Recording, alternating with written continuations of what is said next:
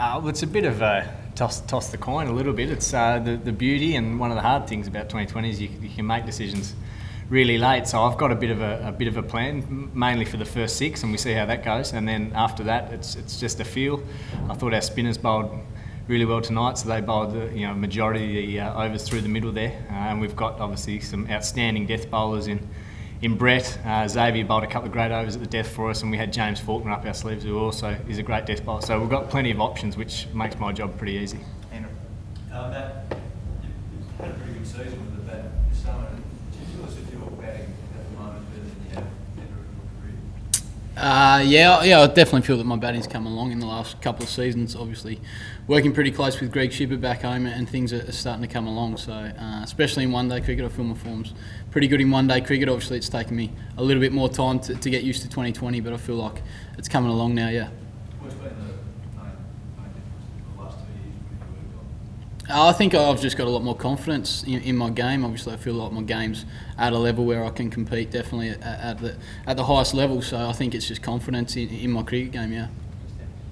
George, there's a lot of talk before the game about debut and being captain. How was the whole experience?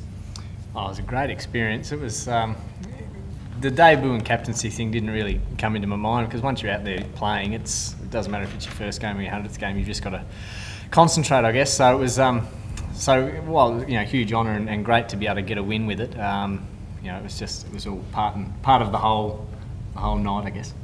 Here in the middle. Yeah, Matthew, you scored 72. Which Indian bowler was probably the most difficult one to play? How do you rate Indian bowling today?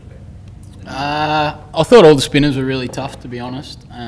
Obviously, you saw with our bowling innings, the spin was hard to get a hold of. So if they bowled full enough, I felt like I could hit them down the ground, obviously, with the short boundaries here. But I think the spin was probably the hardest bowling to face throughout the whole innings, yeah. Mel?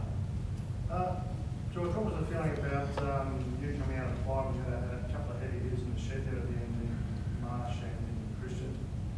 Yeah, we do. It would have been nice to get hold of a couple, but I thought it was really tough to get hold of a couple at the end. And batting with Dave Hussey, who I've spent a lot of time batting with, and he's one of the cleanest strikers, I reckon, in the world, and he was struggling as well. So it's nice to know we've got that depth behind us. It wasn't through lack of trying that we were getting singles. George, you've seen a fair bit of this Indian group in the IPL. Are you surprised with the way the batting capitulated, or do you think it was difficult batting second? Difficult batting second, and that's 2020, I guess. It's not through lack of skill or lack of talent in that Indian group. They're an outstanding lineup, but that's the nature of the game a little bit.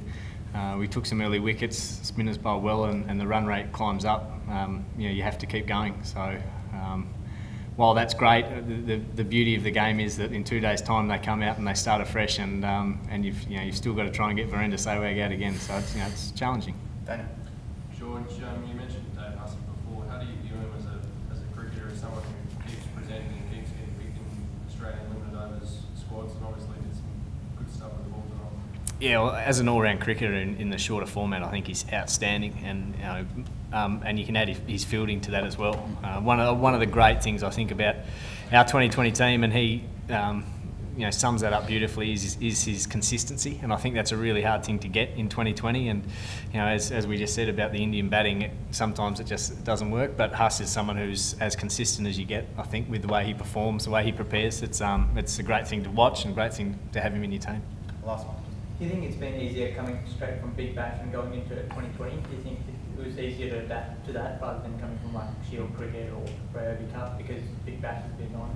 It's easier to adapt? Oh, no doubt. The fact that apart from Davey Warner and Sauce, the rest of us have been playing Big Bash cricket for 6 weeks. So in terms of our training, the way we've been preparing, the way we've been thinking about the game, it was just that's how we've been going.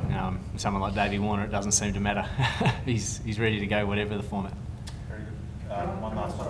Can I just ask, will the guys who didn't play tonight, they all play in the next game? Yeah. We'll certainly look at that. Yeah, it'd be nice to get a couple in so they can have a game, but we'll wait and see. There's a couple of heavy legs in there, and obviously some straight into a pretty heavy one-day series, so I think we'll weigh up that in the next couple of days.